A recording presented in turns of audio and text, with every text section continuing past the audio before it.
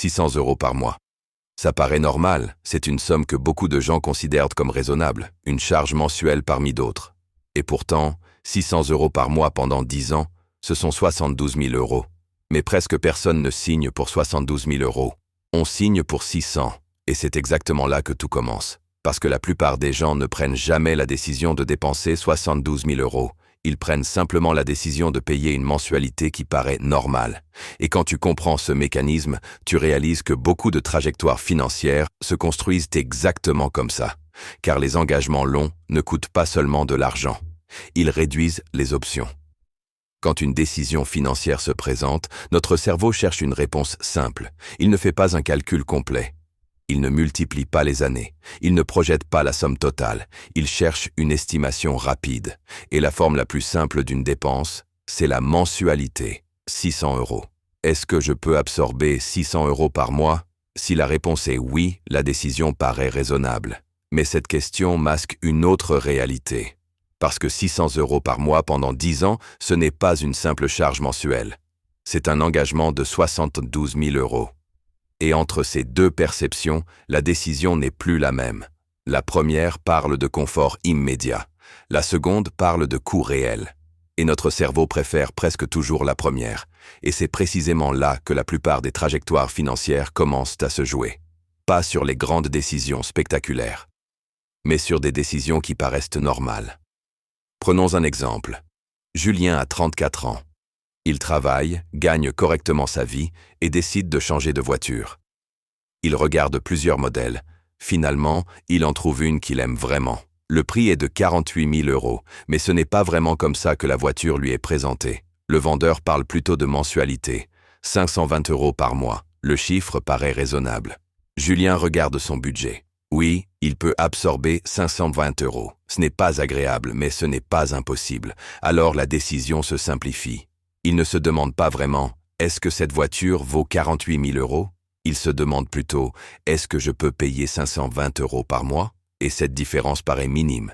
Mais elle change tout, parce que si on regarde la situation autrement, 520 € par mois pendant 8 ans, c'est près de 50 000 €. Et ce chiffre n'inclut même pas l'assurance, ni l'entretien, ni les autres coûts liés à la voiture. Ce qui était perçu comme une charge mensuelle raisonnable devient en réalité un engagement financier important. Mais ce calcul arrive rarement au moment de la décision, parce que notre cerveau ne fonctionne pas comme une calculatrice. Il fragmente. En économie comportementale, ce phénomène est bien connu. On l'appelle la fragmentation des coûts. Quand une dépense importante est divisée en petites unités, elle devient plus facile à accepter. 100 € aujourd'hui. 100 € le mois prochain. 100 € après. Chaque décision paraît petite. Mais la somme de toutes ces décisions est énorme. Le crédit fonctionne exactement comme ça.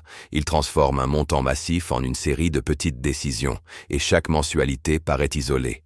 Individuellement, elle semble raisonnable. Collectivement, elle représente un engagement long, et c'est là que deux trajectoires commencent à se séparer. Imaginons maintenant deux profils, Julien et Marc. Les deux ont le même âge, le même revenu, le même besoin de voiture, mais ils regardent la décision différemment. Julien regarde la mensualité. Marc regarde le total. Julien pense « 520 € par mois, c'est acceptable ». Marc pense « Est-ce que cette voiture vaut vraiment près de 50 000 €? La question n'est pas la même. Et la réponse ne produit pas la même trajectoire. Julien signe un engagement long. Marc garde une marge de manœuvre. Et avec le temps, cette marge devient déterminante. Parce qu'un engagement long fait plus que réduire ton budget. Il réduit ta flexibilité. Chaque engagement fixe occupe une partie de ton revenu futur, et plus cette part est grande, plus certaines décisions deviennent difficiles.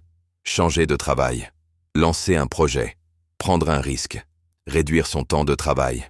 Chaque mensualité fixe agit comme une petite barrière, et plusieurs barrières finissent par créer une cage.